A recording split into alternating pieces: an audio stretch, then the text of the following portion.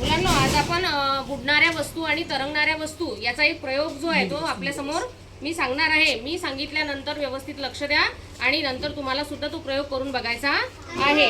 वर्ग 4च्या पुस्तकामध्ये तुम्हाला या ठिकाणी एक प्रयोग दिलेला आहे. या प्रयोगामध्ये तुम्हाला बुडणाऱ्या वस्तू आणि तरंगणाऱ्या वस्तू तपासून बघायच्या आहेत. त्या प्रत्यक्षरित्या आपण आज तपासून बघणार आहोत. त्यासाठी मी बघा कोणकोणत्या वस्तू घेतलेल्या आहेत इकडे.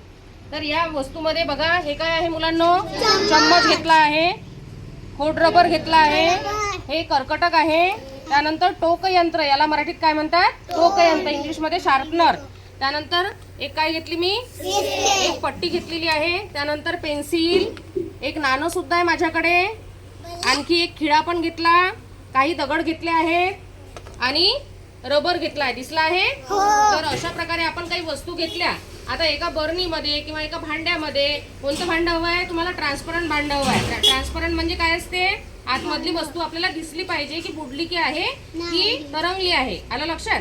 तर आपल्याला सर्वात प्रथम आपण काय करूया, ह्या वस्तू यामध्ये बघून टाकून बघूया की कोणती वस्तू बुडत आहे. राशी, कम हिअर बेटा. चम्मच घे. हा, आता ही राशी जी आहे ती चम्मच पाण्यामध्ये टाकणार आहे. तुम्ही निरीक्षण करा की हा बुडला की तरंगला. टाक बेटा.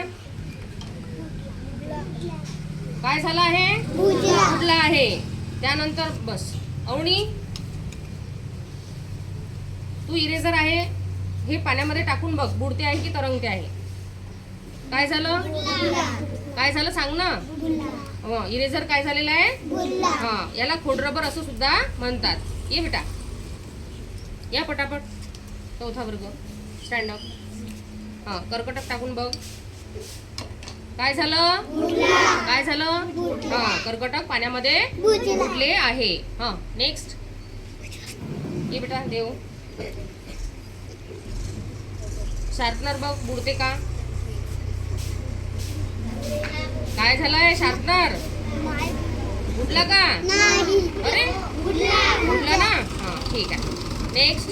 सौरव, पट्टी टाकून बघ. पट्टी काय झालेली आहे? आता थोडंसं पाणी हे असल्यामुळे काय होणार नाही, ते पट्टी त्यामध्ये जाणार नाही. तुम्हाला मोठं भांडं घ्यावं लागेल कारण आपली पट्टी मोठी आहे, ही तरंगणार आहे. हा, बस. नेक्स्ट.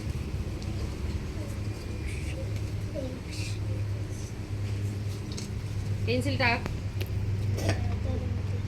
काय झालं मुलांना? बुडली आहे. आलं लक्षात?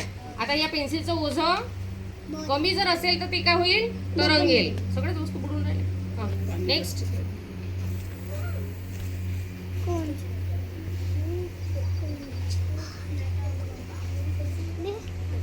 हा, हे घे, 2 रुपये टाकून बघ. काय झाले? बुडले आहेत. बरोबर. बस. तू ये बेटा, लकी. आयुष, थोडं पाणी आपण याच्यामध्ये जास्त टाकून बघूया. ठीक आहे? जा, 1 ग्लास पाणी आण. हे खिळा टाकून बघ. काय झाला? खिळा पण बुडला. सनाय, हा, खडे टाकून बघ. खडे टाकले आपण. टाक, आणखी 2 खडे टाक. काय झाले? बुडले आहेत. बरोबर. हा, आता आपण आणखी पाण्याचा जो स्तर आहे तो आणखी वाढून बघूया कोणत्या तरंगतात का. आपण जे भांडं घेतलं ते थोडंसं आणखी मोठं जर घेतलं असतं तर आपल्याला समजलं असतं. आता पेन्सिल यामध्ये जड असल्यामुळे ती काय झालेली आहे? बुडलेली आहे. ये आयुष, तुला हे रबर या पाण्यामध्ये टाकायचं आहे. काय झालं मुलांना? आता हे इकडनं तरंगलं आहे. एखादं पान घ्या सर, पान तर तरंगेल. कोणतं घ्या? छोटंसं. जर आपण एखादं पान टाकून बघूया, पान बुडते आहे का? हा, घे बेटा आयुष, पान टाकूया. काय झालं? पान तरंगलं आहे. मग यावरून काय समजते मुलांनो?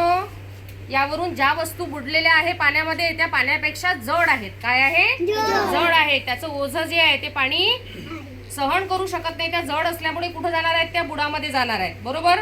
आणि ज्या वस्तू पाण्यापेक्षा हलक्या आहेत त्या काय होणार आहेत? तरंगणार आहेत. मग या प्रयोगावरून आपण असं शिकलो की काही वस्तू पाण्यापेक्षा जड असतात, त्या पाण्यामध्ये बुडतात. आणि ज्या वस्तू पाण्यापेक्षा काय असतात मुलांना? हलक्या असतात, त्या काय आहे? वर तरंगतात. समजलं का? हा, स्टॉप करू.